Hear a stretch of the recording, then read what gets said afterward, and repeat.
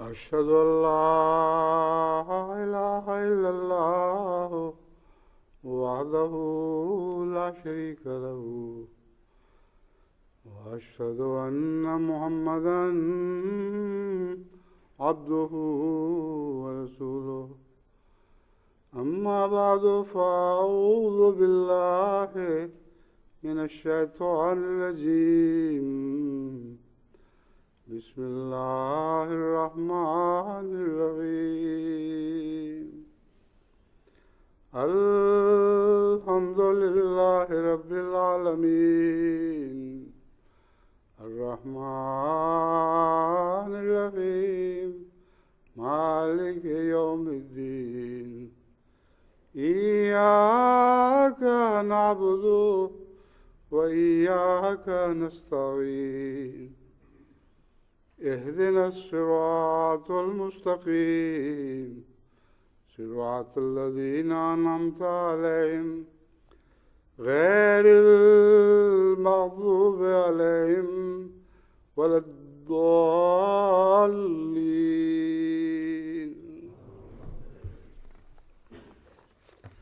ولله الأسماء الحسنى فادعوه بها وذروا الذين يلحدون في أسمائه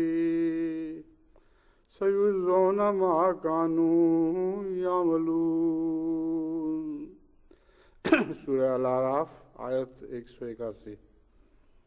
اور اللہ ہی کے سب خوبصورت نام ہیں، بس اسے ان ناموں سے پکارا کرو اور ان لوگوں کو چھوڑ دو جو اس کے ناموں کے بارے میں کجروی سے کام لیتے ہیں۔ جو کچھ وہ کرتے رہے اس کی انہیں ضرور جزا دی جائے گی۔ سب سے پہلے اسماء باری تعالیٰ سے متعلق میں یہ عرض کر دینا چاہتا ہوں کہ کچھ عرصے سے میں یہ سوچ رہا تھا کہ اللہ تعالیٰ کی صفات حسنہ کا ذکر کر کے باری باری ان صفات کے اوپر روشنی ڈالوں۔ روشنی تو وہ صفات مجھ پر ڈالتی ہیں، مطلب یہ ہے کہ ان کے مطالب کو آپ پر واضح کرنے کی کوشش کروں۔ تو آج خدا کے فضل سے پرائیویٹ سیکرٹری صاحب نے وہ مواد تیار کر کے دیا ہے، لیکن وہ اتنا زیادہ تھا کہ اسے 2 حصوں میں بانٹنے کے باوجود بھی وہ کافی مقدار ہے۔ آغاز میں وہ صفات حسنہ بیان ہوں گی جو سورہ فاتحہ میں بیان ہوئی ہیں۔ سب سے پہلے تو بسم اللہ الرحمن الرحیم ہے، اس کو بھی ہم سورت کا حصہ جانتے ہیں۔ تو اللہ جو رحمان ہے اور رحیم ہے۔ پھر مالک یوم الدین کے بعد سب سے پہلے رب العالمین کے بعد پھر رحمان اور رحیم کی تکرار ہے، پھر مالک یوم الدین ہے۔ تو ان کا کیا مفہوم ہے، کیوں تکرار ہے؟ اور پہلی آیت کو رحمان اور رحیم سے شروع کیا گیا، پھر رب العالمین سے شروع کیا گیا۔ تو دراصل حضرت اقدس مسیح موعود علیہ السلام کی تحریرات پر غور کرنے سے معلوم ہوتا ہے کہ بنیادی صفات 2 ہی ہیں، ایک رحمان اور اس سے پھر رحیمیت بھی پھوٹتی ہے، اور دوسری ربوبیت ہے جس سے ہر قسم کی ربوبیت کا اظہار ہوتا ہے۔ تو یہ مشکل، چونکہ مضمون مشکل ہے، اس لیے محض پڑھ کر سنانے کے علاوہ میں اس پر عمومی وضاحت کرنی چاہتا ہوں کہ کس قسم کا یہ مضمون ہے۔ بعض پہلوؤں سے دیکھیں تو رحمان سب سے پہلے ہے، کیونکہ رحمانیت اس وقت سے شروع ہوئی ہے جب کہ وہ وجود ہی نہیں تھا، کوئی مانگنے والا ہی نہیں تھا کہ مجھے پیدا کرو۔ جب عدم تھا تو عدم سے وجود کی ذمہ دار رحمانیت ہے، اور اس پہلو سے ربوبیت سے پہلے ہے۔ لیکن رحمانیت کے ساتھ ہی جب عالم وجود میں آنا شروع ہوا تو ربوبیت نے اسی لمحہ اس پر کام کرنا شروع کر دیا۔ چنانچہ سائنسدان بتاتے ہیں کہ جب کائنات پھوٹی ہے بلیک ہول میں سے تو 1 سیکنڈ کے کروڑویں حصے میں اس میں اتنی تیزی سے تبدیلیاں پیدا ہوئیں کہ آج ہم بہت غور کر کے سمجھتے ہیں کہ کیا ہوا ہوگا، لیکن اس سے پہلے کچھ بھی نہیں تھا، اور بہت ہی تیزی کے ساتھ عالم رونما ہونا شروع ہوا، اور انا لموسعون کا نظارہ ہم نے دیکھا کہ وہ کائنات پھیلی ہے اور بہت تیزی کے ساتھ پھر پھیلتی چلی گئی ہے، اور جوں پھیلی ہے اس کی ربوبیت ہو رہی ہے۔ ربوبیت کے ذریعے ہر ادنا حالت کو اعلیٰ حالت میں تبدیل کیا گیا۔ عرب کہتے ہیں رب الفلوہ، اس شخص نے اپنے بچڑے کی ربوبیت کی۔ تو ربوبیت سے مراد یہ ہے کہ وہ ابھی چھوٹا تھا، اس کو آہستہ آہستہ سنبھالا، اس کی کھانا پینا دیا، پرورش کی، پھر اس کو چلنا سکھایا، پھر اس کو دوڑنا سکھایا، سواری کے قابل بنایا، سواری کے سارے آداب اس کو سکھائے۔ تو یہ جو سلسلہ ہے یہ جاری رہتا ہے۔ یہی ربوبیت ماں اپنے بچے کی کرتی ہے، یعنی پیدا کیا، پھر اس کے بعد ربوبیت کے ساتھ اس کو چھوٹے سے آگے کیا، بڑے سے اور بڑا کیا، یہاں تک کہ جب تک وہ بڑے ہو کے بالغ ہو کے آزاد نہیں ہو گیا، ماں کئی قسم کی ربوبیت کرتی چلی جاتی ہے۔ لیکن اللہ اور ماں کی ربوبیت میں ایک فرق ہے، فرق تو بہت زیادہ ہیں، لیکن ایک نمایاں فرق یہ ہے کہ ماں تو اپنی زندگی کے خود بھی مالک نہیں ہے، کیا پتہ بچہ پیدا ہو اور ماں فوت ہو جائے، یا ربوبیت کے کسی ایک مقام پر کھڑا ہو تو ماں فوت ہو جائے، یا کسی وجہ سے اس سے چھین لیا جائے، میاں بیوی میں طلاق بھی ہو جایا کرتی ہے۔ تو ماں کی ربوبیت ایک عارضی ربوبیت ہے، جس کے متعلق یقین سے کچھ نہیں کہا جا سکتا کہ ربوبیت کب تک جاری رہے گی، اور آیا اچھی ربوبیت ہوگی یا بری ربوبیت ہوگی۔ اچھی ماؤں کے قدموں تلے جنت بھی ہے، اور بری ماؤں کے قدموں تلے جہنم بھی ہے۔ تو یہ ربوبیت کا مضمون بہت ہی وسیع ہے۔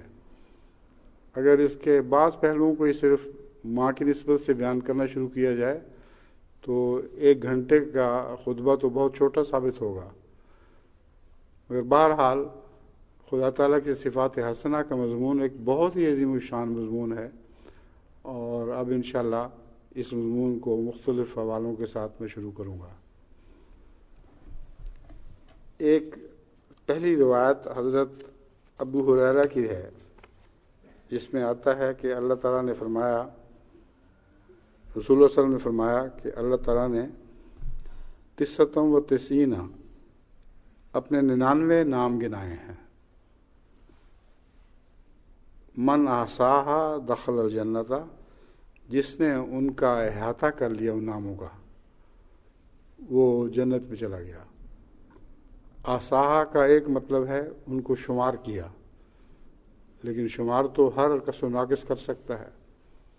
احصاہا سے مراد ہے اس کی صفات کا گہرا ڈال لیا، اور وہ ساری صفات اپنی ذات میں جاری کرنے کی کوشش کی۔ کچھ صفات ایسی ہیں جو تنزیہی ہیں، وہ انسان میں پائی ہی نہیں جا سکتی، صرف اللہ تعالیٰ کی ذات میں ہے۔ تو وہ نام جو صفاتی ہیں، تنزیہی نہیں، ان کا احاطہ کیا جا سکتا ہے جس حد تک اللہ توفیق دے۔ تو احصاہا سے مراد میں یہ سمجھتا ہوں کہ اپنی ذات میں ان کو داخل کر لیا، اور ان کی تکرار اور سوچ کے ذریعے ان کے پڑھنے کے نتیجے میں اپنی صفات کو ذات باری تعالیٰ کی صفات کے مطابق بنانے کی کوشش کی۔ یہ کوشش ایک لامتناہی کوشش ہے۔ اس کوشش میں سب سے آگے بڑھنے والا رسول حضرت محمد مصطفیٰ صلی اللہ علیہ وآلہ وسلم تھی، جنہوں نے ان 99 ناموں کی خبر دی ہے۔ لیکن خدا تعالیٰ کی صفات اور بھی ہیں، اور کچھ اس زمانے میں بھی ظاہر ہو رہی ہیں، اور یہ آخرین کے زمانے میں ظاہر ہونے والی صفات وہ ہیں جس کے نتیجے میں مختلف بھاری دھاتیں دریافت ہوئی ہیں، اور ان کے نتیجے میں ایٹامک بام اور یہ دوسری چیزیں اس قسم کی بنتی چلی جاتی ہیں۔ تو صفات باری تعالیٰ کا مضمون تو دراصل ایک لامتناہی مضمون ہے جو ختم نہیں ہو سکتا۔ جتنا مرضی اس سمندر کی سیر کرو، اس میں سے کچھ بھی کم نہیں ہو سکتا۔ اب میں حضرت صلی اللہ علیہ وآلہ وسلم کی اس حدیث کو پڑھ کے سناتا ہوں۔ 99 اسم من احصاها دخل الجنت، جس نے ان اسماء کا احاطہ کر لیا وہ جنت میں داخل ہو گیا۔ هو اللہ الذی لا الہ الا هو الرحمن الرحیم الملک القدوس السلام المومن المہیمن العزیز الجبار المتکبر الخالق الباری المصور الغفار القہار الوہاب الرزاق الفتاح العلیم القابض الباسط الخافض الرافع المعز المذل السمیع البصیر الحکم العدل اللطیف الخبیر الحلیم العظیم الغفور الشکور العلی الکبیر الحفیظ المقیم مقیت الحسیب الجلیل الکریم معاف کرنا الرقیب المجیب الواسع الحکیم الودود المجید الباعث الشہید الحق الوکیل القوی المتین الولی الحمید المحصی المبدی المعید المحیی الممیت الحی القیوم الواجد الماجد الواحد الاحد الصمد القادر المقتدر المقدم المؤخر الاول الآخر الظاہر الباطن الوالی المتعالی البر التواب المنتقم العفو الرؤوف مالک الملک ذو الجلال والاکرام المقصد الجامع الغنی المغنی المانع الضار النافع النور الہادی البدیع الباقی الوارث الرشید الصبور۔ یہ 99 نام ہیں جو ترمذی کتاب الدعوات سے لیے گئے ہیں۔ اب ان میں سے بہت سے ایسے نام ہیں، اول تو اکثر سب نام ہی تقریباً وہ ہیں جن کا بندہ کسی حد تک احاطہ کر سکتا ہے، اور کچھ ایسے ہیں جن کا احاطہ کر ہی نہیں سکتا، اور ان کو خدا تعالیٰ کی تنزیہی صفات کہا جاتا ہے۔ اب الاول ہے وہ، اب کوئی انسان اول ہو ہی نہیں سکتا۔ ہر انسان کا ایک ماضی ہے، ہر جاندار کا ایک ماضی ہے، ہر مادے کا ایک ماضی ہے، بس اول صرف خدا کی ذات ہے جس سے پھر ساری آگے صفات پھوٹتی ہیں۔ تو آخر بھی یہ انسان نہیں ہو سکتا، آخرین میں سے تو ہو سکتا ہے مگر آخر نہیں ہو سکتا، کیونکہ اس کے بعد پھر آگے دنیایں چلتی چلی جاتی ہیں۔ تو اللہ تعالیٰ کی صفات کو جزوی طور پر ہم اپنی ذات میں جاری کر سکتے ہیں، اس کی انصاف کے ساتھ اور خلوص کے ساتھ نقل اتار کر۔ مثلا رب ہیں، اللہ رب ہے تو ہم ویسے رب تو نہیں بن سکتے، لیکن اس کی ربوبیت سے کچھ نہ کچھ حصہ ضرور پاتے ہیں۔ خدا رحم کرنے والا ہے تو ہم کسی حد تک بندوں پر رحم کر سکتے ہیں، جتنا حق ہے وہ نہیں کر سکتے۔ تو صفات باری تعالیٰ پر غور کر کے اس مضمون کو ایک لامتناہی سمندر میں پائیں گے آپ، اور اس کے احاطے کی صورت میں کیا مراد ہے، کس حد تک آپ اس سمندر سے استفادہ کر سکتے ہیں، اس کا بیان بھی خود آن حضرت صلی اللہ علیہ وآلہ وسلم کے الفاظ میں ہے۔ تو ان ناموں کا ترجمہ جو حضرت ابو ہریرہ والی اس حدیث میں بیان ہے، فرمایا ہے اسم ذات اللہ کے علاوہ اللہ تعالیٰ کے 99 نام ہیں۔ اللہ کو سب ناموں کا محیط بنایا ہے، یعنی بیان فرمایا ہے، اور جو 99 نام ہیں وہ اللہ کے علاوہ ہیں، گویا اللہ سمیت کل 100 نام ہوں گے۔ جو زندگی میں ان کو مد نظر رکھے اور ان کا مظہر بننے کی کوشش کرے گا وہ جنت میں داخل ہوگا۔ یہ نام آن حضرت صلی اللہ علیہ وسلم نے اس طرح گنے: اللہ تعالیٰ جس کے سوا کوئی معبود نہیں، وہ بن مانگے دینے والا، بار بار رحم کرنے والا، بادشاہ، ہر قسم کے نقائص سے پاک اور منزہ، تمام آفات سے بچانے والا، امن دینے والا، ہر قسم کے بگاڑ سے محفوظ رکھنے والا، غالب، نقصان کی تلافی کرنے والا، کبریائی والا۔ اب غالب تو حکومتیں بھی ہوتی ہیں مگر ان کا غلبہ ایک عارضی غلبہ ہے، آج آیا اور کل گیا، کوئی حقیقت نہیں ہوتی۔ وہ غالب جو ہمیشہ غالب ہے وہ اللہ ہی ہے۔ نقصان کی تلافی کرنے کی بھی کوشش کرتے ہیں لوگ، مگر ہر نقصان کی تلافی کر ہی نہیں سکتے۔ اب کسی کی آنکھ ضائع ہو جائے، کسی کی ٹانگ حادثے میں ضائع ہو جائے تو انسان کس حد تک تلافی کر سکتا ہے؟ کچھ تو تھوڑی بہت مدد کر کے اس کو آرام پہنچانے کی کوشش تو کرے گا، مگر تلافی نہیں کر سکتا۔ اللہ تعالیٰ چاہے تو مکمل طور پر تلافی کر سکتا ہے، بعض اوقات کرتا ہے، بعض دفعہ نہیں کرتا، مگر وہ مالک ہے، اس کی مرضی ہے، تلافی چاہے تو کر سکتا ہے۔ فرماتے ہیں امن دینے والا، ہر قسم کے بگاڑ سے محفوظ رکھنے والا، نقصان کی تلافی کرنے والا، کبریائی والا، پیدا کرنے والا، نیست سے ہست کرنے والا، تصویر بنانے والا، المصور۔ یعنی خدا تعالیٰ نے پیدائش، ہر چیز کی پیدائش سے پہلے اس کا ایک بلو پرنٹ ذہن میں ہے، رکھا ہوا ہے اپنے۔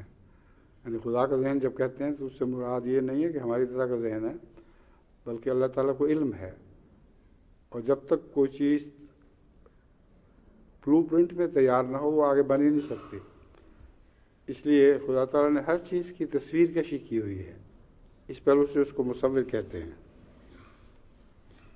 ڈھانپنے والا، پردہ پوشی کرنے والا، مکمل غلبہ رکھنے والا، بے دریغ عطا کرنے والا، روزی رساں، مشکل کشا، سب کچھ جاننے والا، روک لینے والا، کشادگی سے پیدا کرنے والا، پست کرنے والا، بالا کرنے والا، عزت دینے والا، ذلت دینے والا، سننے والا، دیکھنے والا، فیصلہ دینے والا، عدل کرنے والا، باریک بین، باخبر، حلم والا، عظمت والا، خطا پوش، قدردان، بلند مرتبہ، بڑی شان والا، سب کا حافظ و ناصر، حساب کتاب لینے والا، جلالت شان والا، صاحب کرم، نگہبان، قبول کرنے والا، وسعت دینے والا اور وسعت والا،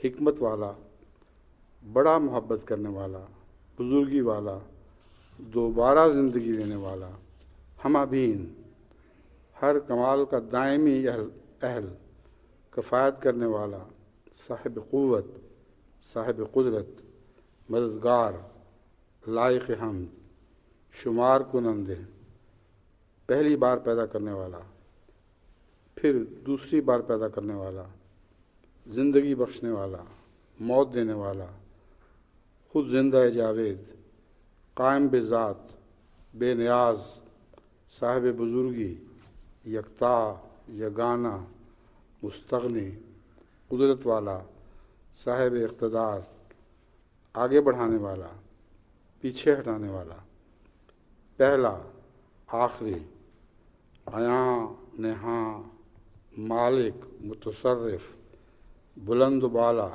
نیکی کی قدر کرنے والا، توبہ قبول کرنے والا، انتقام لینے والا، معاف کرنے والا، نرم سلوک کرنے والا، بادشاہت کا مالک، عظمت و کرامت والا، انصاف کرنے والا، یکجا کرنے والا، بے نیاز کرنے والا، روکنے والا، ضرر کا مالک، نفع دینے والا، نور ہی نور، ہدایت دینے والا، نئی سے نئی ایجاد کرنے والا، صاحب بقا، اصل مالک، رہنما، سزا دینے میں دھیما۔ یہ ترمذی کتاب الدعوات سے وہ صفات جو میں نے پڑھ کے بیان کی تھی ان کا ترجمہ ہم نے خود کیا ہے، مگر اصل عربی میں ہے جو بیان کر چکا ہوں میں صفات۔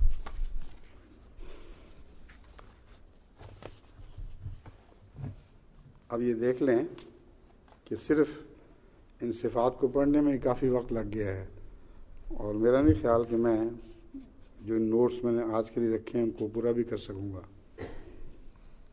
کیونکہ تشریحات بہت سی ہیں جو ساتھ ساتھ کرنی پڑتی ہیں اور کرنی چاہیے، کیونکہ عامت الناس کو ان کی پوری سمجھ نہیں آ سکتی جب تک تشریح نہ کی جائے۔ حضرت ابو ذر رضی اللہ تعالیٰ عنہ بیان کرتے ہیں کہ آن حضرت صلی اللہ علیہ وسلم نے اللہ تعالیٰ کی طرف سے یہ بتایا، اسے حدیث قدسی کہتے ہیں، جو آن حضرت صلی اللہ علیہ وآلہ وسلم بات اللہ کی طرف منسوب کریں کہ اللہ نے بتایا، وہ الہام اسی طرح قرآن کریم میں ہو یا نہ ہو، مگر ساری باتیں قرآن کریم میں کسی نہ کسی آیت میں ضرور موجود ہوتی ہیں۔ تو اللہ تعالیٰ کی طرف سے جو رسول اللہ صلی اللہ علیہ وآلہ وسلم بات بیان فرمائیں اس کو حدیث قدسی کہا جاتا ہے۔ تو فرماتے ہیں کہ اللہ تعالیٰ فرماتا ہے، اے میرے بندو، میں نے اپنی ذات پر ظلم حرام کر رکھا ہے۔ بس کون ہے جو اس خدا تعالیٰ کی صفت کے مطابق اپنے آپ کو ظلم کو حرام کرنے والا قرار دے؟ ہزار طرح کے مظالم ہیں جو انسان کرتا ہے، اپنی بیویوں پر، اپنے بچوں پر، اپنے ہمسایوں پر، اپنے دوستوں پر، رشتہ داروں پر، شریکوں پر، دشمنوں اور دوستوں کی جتنی بھی قسمیں ہیں ان سے کبھی نہ کبھی تو ضرور انسان ظلم کا سلوک کر لیتا ہے، اپنے چھوٹے چھوٹے بچوں پر سے بھی ظلم کا سلوک کرتا ہے۔ یہ ان کی بات کر رہا ہوں جو بر الرحیم ہیں، جو بہت احسان کرنے والے اور رحم کرنے والے ہیں۔ جہاں تک بچوں پر ظلم کا اس زمانے میں تعلق ہے، بعض ایسی مائیں ہیں جو بچے کے رونے سے تنگ آ کر اس کا سر دیوار سے ٹکرا کر پھوڑ دیتی ہیں۔ باپ بچوں پر بڑے بڑے ظلم کرتے ہیں، آئے دن مقدمات ایسے ہوتے رہتے ہیں جس سے پتہ چلتا ہے، مثلا بچے کو سلانے کے لیے افیم دینی شروع کی اور بہت زیادہ دے دی اور اسی حالت میں بچہ مر گیا۔ تو یہ تو ظالم لوگوں کا حال ہے۔ میں رحم کرنے والوں کا حال بتا رہا ہوں، جو بچوں سے بہت ہی شفقت کرتے ہیں، ان سے کبھی عمدن اور کبھی غلطی سے ایسی بات سرزد ہو جاتی ہے جو بچے پر ظلم ہے، اس کو دوا غلط دے دیں گے، وقت پر اس کی بیماری کا علاج نہیں کر سکیں گے، غرضی کے 100 کوتاہیاں ہیں جو انسان سے رحیم اور مشفق ہونے کے باوجود خود اپنی اولاد کے بارے میں بھی سرزد ہو جاتی ہیں۔ اور اللہ تعالیٰ بندوں پر کسی قسم کا ظلم نہیں کرتا۔ میں نے اپنی ذات پر ظلم حرام کر رکھا ہے۔ فرمایا تم سب گمگشتہ راہ ہو، جس جو اچھی راہ سے بھول چکے ہو، سوائے ان لوگوں کے جن کو میں صحیح راستے کی ہدایت دوں۔ بس مجھ سے ہدایت طلب کرو، میں تمہیں ہدایت دوں گا۔ ایاک نعبد و ایاک نستعین میں یہی دعا سکھائی گئی ہے سورہ فاتحہ میں۔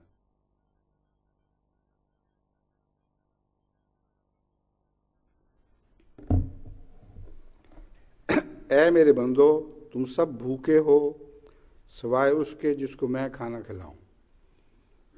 اب کھانا تو ہمیں روزانہ خدا تعالیٰ نہیں کھلاتا بظاہر، لیکن نظام اسی کا چل رہا ہے، اسی نے غور کر کے دیکھیں تو ہر رزق کی چیز اسی نے بنائی ہے۔ روزانہ مٹی میں سے رزق اگتا ہے، اور کون ہے جو اس کو خود اگا سکے؟ ایک کلوروفل ہے جس سے ہر چیز پیدا ہو رہی ہے۔ جانور چرتے ہیں، وہ گھاس چر رہے ہیں۔ اب کسی سائنسدان کو کہو کہ گھاس سے دماغ بھی بنا کے دکھائے، ہڈیاں بھی بنائے، رحم مادر بھی بنائے، دودھ کے اعضاء بنائے، اور عقل اور ہڈیوں کے گودے اور بہت باریک در باریک چیزیں ہیں جو انسانی جسم میں اس کی بقا کے لیے ضروری ہیں، ان کا تفصیل ذکر میں یہاں کر ہی نہیں سکتا۔ کسی حد تک میں مختلف اپنی سوال جواب کی محافل میں ذکر کرتا بھی رہا ہوں، لیکن ان کا احاطہ کرنا ناممکن ہے، کیونکہ اللہ تعالیٰ کی ذات اس کی پیدا کردہ چیزوں سے ظاہر ہوتی ہے، اور حیرت انگیز چیزیں اس نے بنائی ہوئی ہیں، اور ہر چیز کی انتہا یہ ہے کہ سبز کلوروفل سے ہر چیز بن رہی ہے۔ گھاس ہی کھایا جاتا ہے آخر پہ جانوروں کی طرف سے۔ جنگلوں میں اونچی گردنوں والے لاما بھی، جراف بھی سبزی کھاتے ہیں، ہاتھی بھی سبزی کھاتے ہیں، اور جو گوشت خور جانور ہیں وہ جانور کھاتے ہیں جو سبزی سے بنتے ہیں۔ تو سبزی سے تو مفر ہی نہیں ہے۔ اور کس طرح روزانہ خدا تعالیٰ سبزی کے ذریعے حیرت انگیز کارنامے دکھاتا ہے، ایک غافل آنکھ والا تو دیکھتا بھی نہیں کہ کیا ہو رہا ہے اور کیا نہیں ہو رہا، لیکن وہ لوگ جو اللہ تعالیٰ کی صفات پر غور کرتے رہتے ہیں رات اور دن کو، وہ حیرت میں ڈوب جاتے ہیں کہ اللہ تعالیٰ کی شان کتنی بلند ہے، کتنی عظیم ہے۔ بس آن حضرت صلی اللہ علیہ وآلہ وسلم فرماتے ہیں کہ ایسی حالت میں تم گم گشتہ راہ ہو، یعنی تمہیں رستے کا پتہ ہی نہیں، یہ بھی مجھ سے مانگو، میں ہدایت کروں گا تو تم ہدایت پاؤ گے، اگر میں ہدایت نہیں کروں گا تو تمہیں کوئی ہدایت نصیب نہیں ہوگی، اندھی آنکھوں سے دنیا کو دیکھتے ہوئے گزر جاؤ گے۔ اے میرے بندو تم سب بھوکے ہو سوائے اس کے جس کو میں کھانا کھلاؤں۔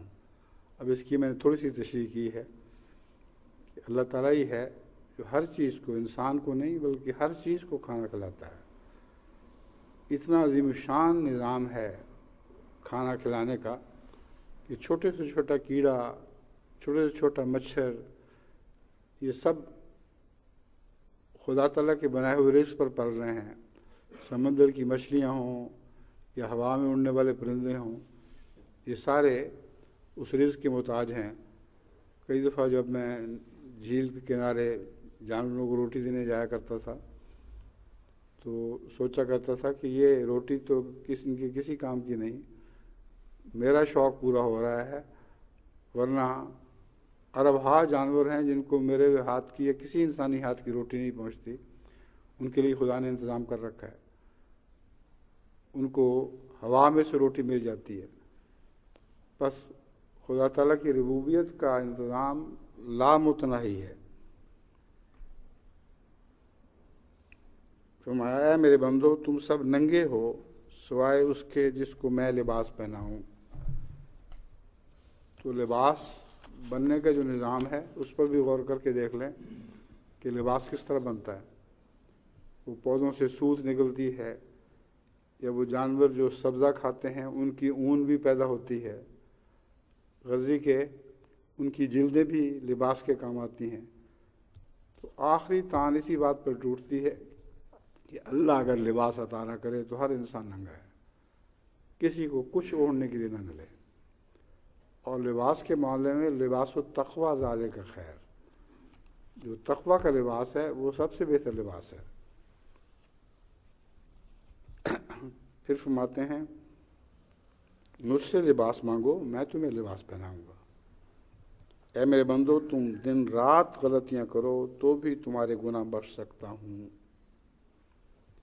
اس ارادے سے غلطیاں کرنا مراد نہیں کہ ہم غلطیاں کرتے چلے جائیں اور اللہ تعالیٰ بخشتا چلا جائے، بلکہ بلا ارادہ بھی بے انتہا غلطیاں انسان سے ہوتی چلی جاتی ہیں اور اس کو شعور بھی نہیں ہوتا کہ میں غلطی کر رہا ہوں۔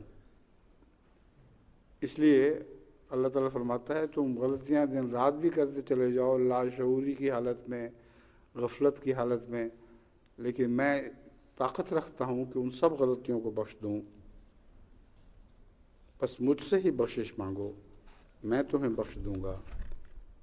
اے میرے بندو، تم مجھے کوئی نقصان نہیں پہنچا سکتے کہ نقصان پہنچانے کا ارادہ ہی کرو، اور نہ ہی تم مجھے نفع پہنچا سکتے ہو کہ نفع پہنچانے کی کوشش ہی کرو۔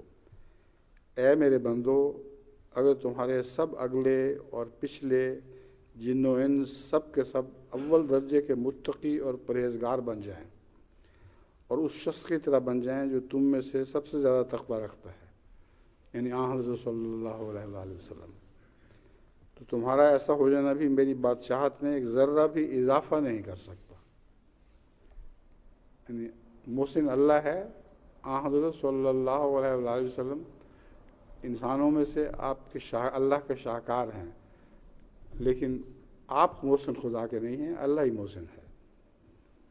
اے میرے بندو، اگر تمہارے سب اگلے اور پچھلے جن و انس تم میں سے جو سب سے زیادہ بدکار ہے اس کے قلب بد کی طرح ہو جائیں تو بھی میری بادشاہت میں کسی چیز کی کمی نہیں کر سکتے۔ اے میرے بندو، اگر تمہارے سب اگلے اور پچھلے جن و انس ایک میدان میں اکٹھے ہو جائیں اور مجھ سے حاجت مانگیں اور میں ہر ایک انسان کی حاجات پوری کر دوں تو بھی میری خزانوں میں اتنی بھی کمی نہیں آئے گی جتنی سمندر میں سوئی ڈال کر اس کو باہر نکالنے سے اس کے ناکے پر جو پانی کی بوند، ذرا چھوٹی سی بوند لگی ہوتی ہے، وہ سمندر میں جتنے کمی کر سکتی ہے، اب میں تم سب کی ساری مرادیں پوری کر دوں تب بھی وہ میری رحمت میں سے اتنی سی کمی بھی نہیں کر سکے گا۔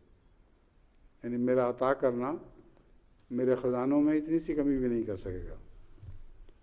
اے میرے بندو، یہ تمہارے اعمال ہیں جن کا میں نے حساب کیا ہے، میں تم کو ان کا پورا پورا بدلہ دوں گا۔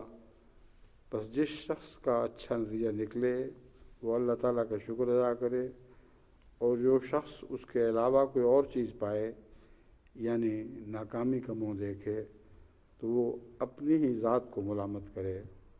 مسلم کتاب البر والصلہ، باب تحریم الظلم۔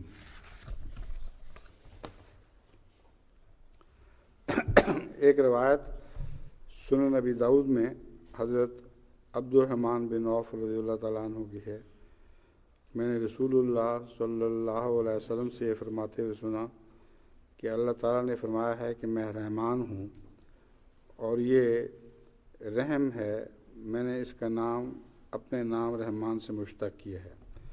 یعنی الرحم سے مراد یہاں رحم مادر ہے۔ فرماتے ہیں کہ میں رحمان ہوں اور میں نے رحم مادر کو بھی اپنے لفظ رحمان سے مشتق کیا ہے۔ وجہ یہ ہے کہ اللہ تعالیٰ نے جس طرح اپنی رحمانیت کے ذریعے ہر اس چیز کو پیدا کیا جو مانگنے کے لیے نہیں نکلی تھی کہ مجھے پیدا کرو، اسی طرح ماں بچے کو جانتی ہے، لیکن بچہ ماں سے مانگنے کے لیے تو قابل ہی نہیں ہوتا کہ مجھے جنو۔ مائیں بیچارے جن کے بچے نہ ہوں وہ در در کے دھکے کھاتی ہیں، حکیموں ڈاکٹروں کے پاس جاتی ہیں علاج کے لیے، وہ مانگتی ہیں کہ بچہ مجھے ملے، اور وہ بھی اللہ کی رحمت ہو تو ملتا ہے، ورنہ جتنا مرضی زور لگا لیں نہیں مل سکتا۔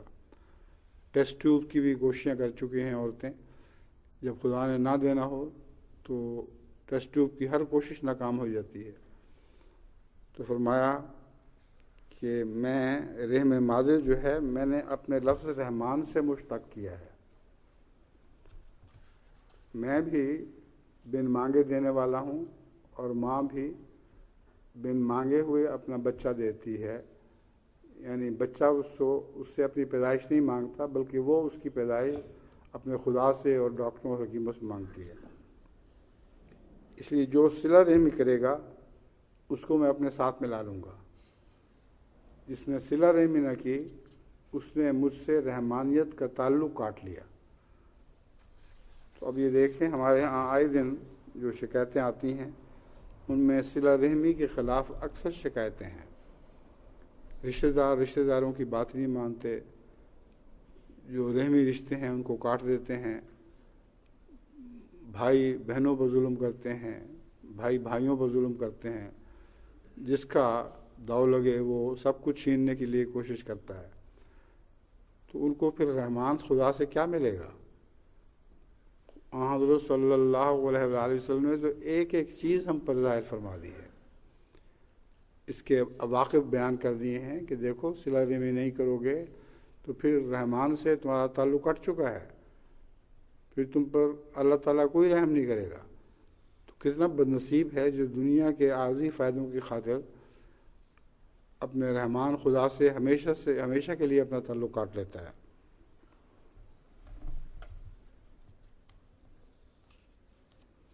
اور پھر یہ بھی فرمایا جو تجھے ملائے گا میں اس کو ملاؤں گا، اور جو تجھے کاٹے گا میں اس کو کاٹوں گا، یعنی کاٹ دوں گا۔ حضرت جریر رضی اللہ تعالیٰ عنہ روایت کرتے ہیں کہ حضرت صلی اللہ علیہ وسلم نے فرمایا جو لوگوں پر رحم نہیں کرتا اللہ تعالیٰ بھی اس پر رحم نہیں کرتا۔ بس اپنوں کے اوپر رحم تو بہرحال ہونا ہی ہے، ہر چیز پر رحم ضروری ہے، ایک جانور پر بھی رحم ضروری ہے۔ ایک روایت میں حضرت صلی اللہ علیہ وسلم بیان فرماتے ہیں کہ کنچنی گزر رہی تھی تو ایک کنویں کے کنارے پر ایک بھوکا کتا، پیاسا کتا دیکھا جو پیاس سے ہانپ رہا تھا، اور کوئی ڈول نہیں تھا جس سے پانی نکال کے اس کو دیا جا سکے۔ تو اس نے کنویں میں اتر کر، یعنی دیوار کے سہارے سے اتر کر اپنی جوتی کے اندر پانی بھرا اور اوپر آ کر اس کتے کو پلایا۔ اللہ تعالیٰ نے اس کے ساری عمر کی گناہ معاف کر دیے۔ بس جو رحم کرتا ہے اس پر رحم کیا جاتا ہے، جو رحم نہیں کرتا اس پر رحم نہیں کیا جاتا۔ حضرت ابو ہریرہ رضی اللہ تعالیٰ عنہ بیان کرتے ہیں کہ حضرت صلی اللہ علیہ وسلم نے اپنے نواسے حضرت حسن بن علی کو بوسہ دیا۔ اس وقت آپ کے پاس اقرا بن حابس بھی بیٹھا ہوا تھا۔ اقرا نے یہ دیکھ کے عرض کیا میرے 10 بیٹے ہیں، میں نے کبھی کسی کو بوسہ نہیں دیا۔ آپ نے اس کی طرف نظر اٹھا کر دیکھا، فرمایا جو شخص رحم نہیں کرتا اس پر رحم نہیں کیا جائے گا۔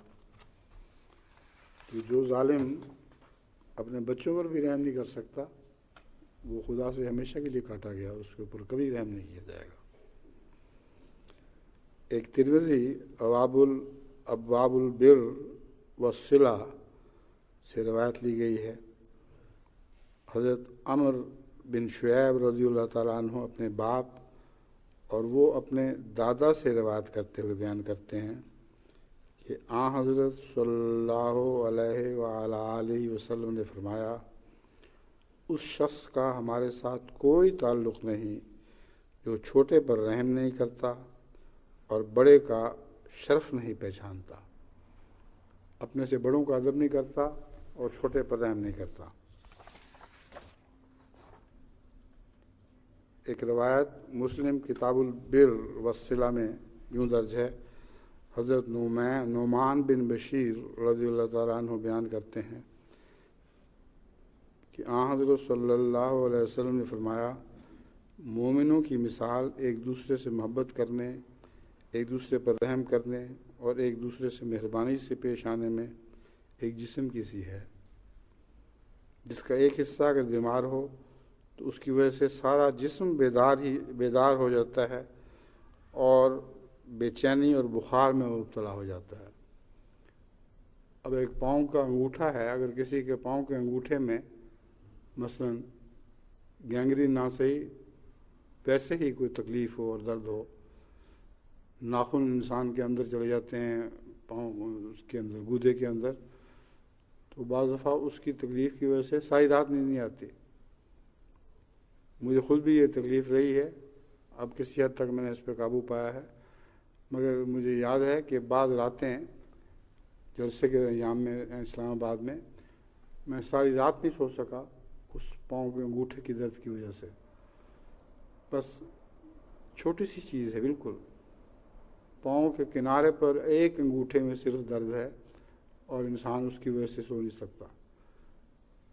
تو مومن کی مثال بھی ایسی ہے، اپنے میں سے جو چھوٹا ہے اس کو چھوٹا نہ سمجھو۔ مومن تو اپنے دور کے غریب واقف دوست کو بلکہ ناواقفوں کے دکھ کو بھی اپنا دکھ سمجھتا ہے اور بے چین ہو جاتا ہے لوگوں کے دکھ پر۔ تو اگر یہ تمہارے اندر صفت نہیں ہے کہ لوگوں کے دکھ پر بے چین ہو جاؤ تو پھر تم حقیقی مومن نہیں ہو۔ تمام مومن ایک دوسرے کے بدن کے اعضاء کے طور پر ہیں۔ سر میں درد ہو، ٹانگ میں تکلیف ہو، گردے میں تکلیف ہو، جگر میں تکلیف ہو، جوں تکلیفیں بڑھتی چلی جاتی ہیں اتنی بے چینی اور بیماری کی تکلیف بڑھتی چلی جاتی ہے۔ بس مومن اپنے بھائیوں کی تکلیفوں پر نظر رکھتا ہے اور دیکھتا ہے کہ وہ کس تکلیف میں مبتلا ہے، اور جہاں تک اس کا بس چلے، جہاں تک طاقت ہو، وہ اس تکلیف کو دور کرنے کی کوشش کرتا ہے۔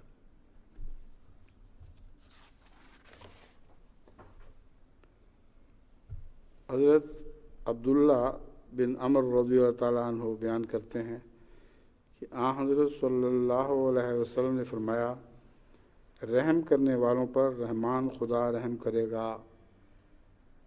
تم اہل زمین پر رحم کرو، آسمان والا تم پر رحم کرے گا۔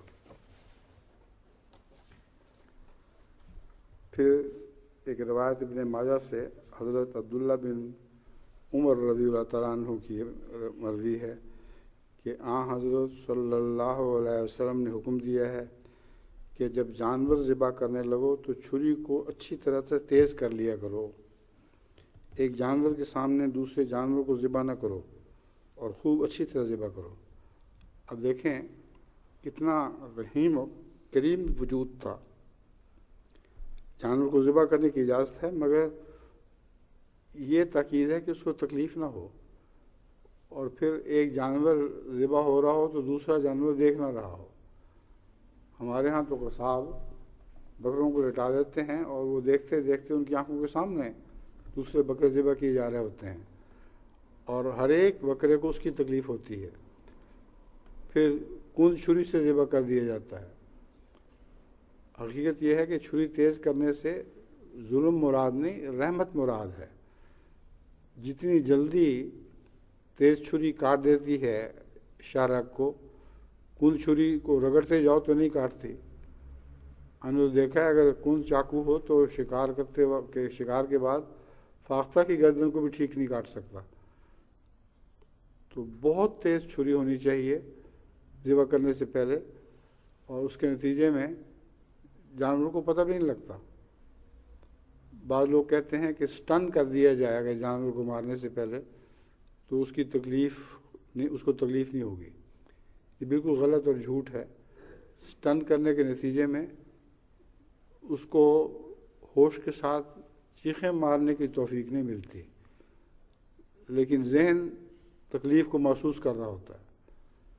کئی بیمار ہیں جن کو بیماری کے دوران تکلیف ہو رہی ہوتی ہے، مگر وہ بتا نہیں سکتے کچھ۔ جب افاقہ ہو اور بتانے کے قابل ہوں تو بتاتے ہیں کہ کیا کیا تکلیف ہوئی تھی۔ تو سٹن جانور جو ہے اس کو تکلیف ضرور پہنچتی ہے، لیکن جس کو ذبح کیا جائے خون کا رشتہ دماغ سے کٹتے ہی فوراً دماغ سوچنا بند کر دیتا ہے۔ تو بظاہر دیکھنے میں ایک جارحانہ فعل ہے، لیکن اصل میں یہ ایک رحمت کی کارروائی ہے جو ہمیں ذبح کا طریقہ بھی حضرت اقدس محمد رسول اللہ نے سمجھا دیا کہ ذبح کرنا ہے تو اتنا تیزی سے ذبح کرو کہ فوراً خون کا رشتہ دماغ سے کٹ جائے اور جانوروں کو پتہ نہیں لگے کہ میرے ساتھ کیا ہو گیا ہے، اور دوسرے جانور کے سامنے ذبح نہ کرو۔ ہمارے ہاں بڑی عید وغیرہ کے موقع پر جو زیادہ قربانیاں دیتے ہیں وہ بالکل بے احتیاطی سے ایک جانور کے سامنے دوسرے جانور کو لٹا کے ذبح کرتے ہیں، جس سے لازماً دوسرے جانوروں کو تکلیف ہوتی ہے۔ مسلم کتاب الصید والذبائح باب الامر باحسان الذبح، حضرت شداد بن اوس رضی اللہ تعالیٰ عنہ بیان کرتے ہیں کہ حضرت صلی اللہ علیہ وسلم نے فرمایا، اللہ تعالیٰ نے ہر ایک کو نرمی اور مہربانی سے پیش آنے کا حکم دیا ہے،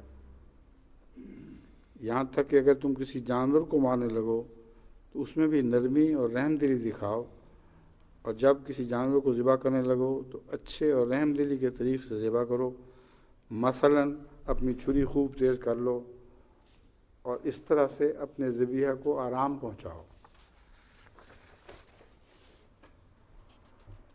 ایک روایت ہے بخاری کتاب التوحید میں، حضرت اسامہ بن زید سے مروی ہے، حضرت اسامہ بن زید رضی اللہ تعالیٰ عنہ بیان کرتے ہیں کہ ہم نبی اکرم صلی اللہ علیہ وسلم کے پاس تھے کہ اس اثناء میں آپ کے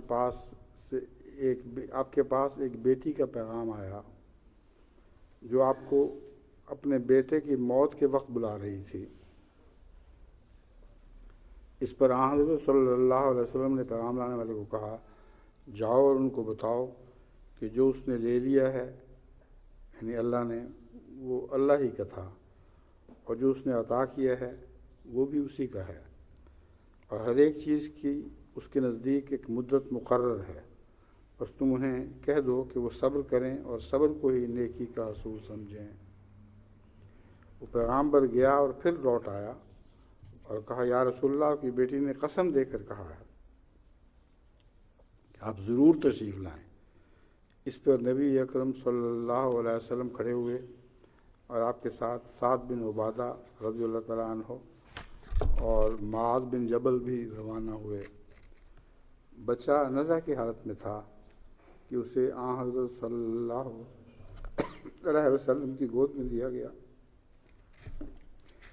بچے کی یہ حالت دیکھ کر حضور صلی اللہ علیہ وسلم کی آنکھیں بھر آئیں اور آنسوں سے بہنے لگیں۔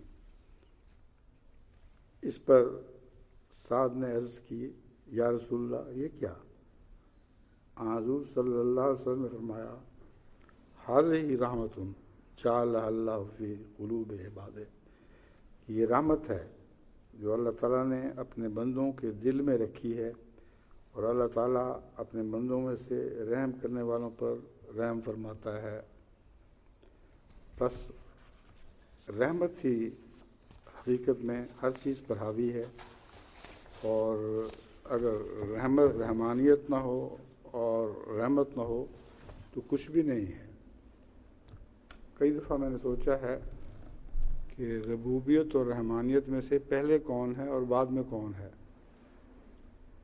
تو بعض پہلوؤں سے جب سورہ فاتحہ کے الفاظ پر غور کرتے ہیں تو ربوبیت پہلے ہے اور رحمانیت اور رحیمیت بعد میں آتی ہے۔ حضرت اقدس مسیح موعود علیہ السلام نے اس پہلو سے ربوبیت کو پہلے قرار دیا ہے، لیکن غور کرو تو رحمانیت ربوبیت سے بھی پہلے نظر آتی ہے۔ اب انسان خدا سے کب مانگنے گیا تھا؟ جب کہ کچھ پیدا ہی نہیں ہوا تھا۔ اس وقت اللہ تعالیٰ کو پتہ تھا کہ انسان کو لکڑی کے علاوہ کوئلے کی بھی ضرورت پڑے گی، اور کوئلے کی دریافت اس وقت ہوئی جب کہ ریلوے انجن کی دریافت بھی ہو گئی تھی۔ اس وقت کوئلے کی ضرورت تھی اور خدا تعالیٰ نے کوئلے کی ایجاد کر دی۔ اس کو کہتے ہیں ایکسٹرنل کمبسٹن انجن، یعنی ایسا انجن جس کو گرمی باہر سے پہنچائی جائے۔ تو اس وقت تک پیٹرول کی کوئی ایجاد نہیں تھی، لیکن جب خدا تعالیٰ نے دیکھا کہ انسان پیٹرول پر قابو پانے کی اہلیت رکھتا ہے اور اس کا دماغ ترقی کر کے انٹرنل کمبسچن انجن بھی بنا سکتا ہے، یعنی موٹر کے انجن جس میں جو جلنے والا مادہ ہے یعنی پیٹرول وہ اندر سے چلتا ہے، تو جو ریلوے گاڑی کے انجن ہیں ان میں اندر نہیں جل رہا ہوتا، وہ باہر جل رہا ہوتا ہے، اس سے بھاپ بنتی ہے، اور پیٹرول سے جو پسٹن کے اندر ہی جل رہا ہوتا ہے موٹر چلتی ہے۔ تو اس وقت پیٹرول ایجاد کر دیا، یعنی انسان کو پیٹرول کی خبر دے دی جب اس کا دماغ پیٹرول بنانے کی اور اس سے استفادہ کرنے کی اہلیت رکھتا تھا۔ کوئی بھی اتفاقی حادثہ نہیں، یہ رحمانیت کے جلوے ہیں۔ تو آپ دیکھیں کہ رحمانیت کے نتیجے میں اربوں سال پہلے ڈائناسورز اچانک تباہ کر دیے گئے۔ اب بظاہر دیکھنے میں تو یہ ظلم ہے کہ جانوروں کو تباہ کر دیا گیا، ایسی تبدیلیاں رونما ہوئیں سمندر میں، بعض آسمان سے ٹکڑے گرنے کے نتیجے میں، کہ اس کی وجہ سے ایک دھند سی اٹھی اور تمام وہ مخلوقات جو سبزی پر اپنی زندگی گزار رہی تھیں، ایک دوسرے کو کھا بھی رہی تھیں، وہ ساری کی ساری تھوڑے سے عرصے میں مر کے ختم ہو گئیں، اور ختم ہو کر ضائع نہیں ہوئی۔ خدا تعالیٰ تو بالکل ضیاع نہیں کرتا، ایک ذرے کا بھی ضیاع نہیں کرتا۔ وہ زیر زمین دفن ہوئیں اور ان سے تیل بنا۔ تو اب اگر جو موٹر پہ بیٹھ کے یا گاڑی بس میں بیٹھ کے آتا ہے تو آپ کہہ سکتے ہیں کہ یہ ڈائناسور پر بیٹھا ہوا ہے، وہ ڈائناسور کا ہی تیل بنا ہوا ہے جس پر وہ سوار ہوا ہے۔ جو درخت تھے وہ بھی دب کے بعض دفعہ اتنا گہرے دب گئے کہ تیل میں تبدیل ہو گئے۔ پھر ہیرے جواہرات بھی انہی درختوں سے بنے جو اتنے دباؤ میں دب گئے تھے کہ اس کے نتیجے میں ان کا کوئلہ بنا، اور پھر کوئلہ پتھر بن گیا، پتھر سے ہیرے بن گئے۔ تو خدا تعالیٰ کی تخلیق جو ہے یہ حیرت انگیز ہے، اس کی صفات پر جتنا بھی غور کریں وہ لامتناہی ایک کے بعد دوسری صفت پورتی چلی جاتی ہے۔ تو آج کے خطبے میں نے جو حضرت مسیح موعود علیہ الصلوۃ والسلام کے اقتباس رکھے تھے وہ تو بیان نہیں کر سکتا میں، کیونکہ وقت ختم ہو رہا ہے، اس لیے آئندہ خطبے میں بھی یا تو وہ حدیثیں بیان کروں گا جو اس خطبے سے بچا کے اگلے خطبے کے لیے رکھ لی تھیں، اور پھر حضرت مسیح موعود علیہ الصلوۃ والسلام کے اقتباس کی باری آئے گی۔ تو بہرحال یہ سلسلہ مضامین جو ان خطبوں کے لیے میں نے چنا ہے بہت ہی لطیف ہے، اور خدا تعالیٰ کی رحمانیت اور رحیمیت اور اس کی تمام صفات کا لامتناہی ذکر ہے۔ اگر ایک ایک صفت کو بیان کرنا شروع کیا جائے تو اس کی بھی بہت سی شاخیں پھوٹتی چلی جائیں گی۔ تو میں امید رکھتا ہوں اللہ تعالیٰ ہمیں، آپ کو اور مجھے، ان صفات باری تعالیٰ پر نہ صرف سچے غور کی توفیق عطا فرمائے گا بلکہ ان کے نتیجے میں ہمیں ان کو اپنانے کا بھی موقع عطا فرمائے گا۔ اللہ تعالیٰ ہمیں اس کی توفیق عطا فرمائے۔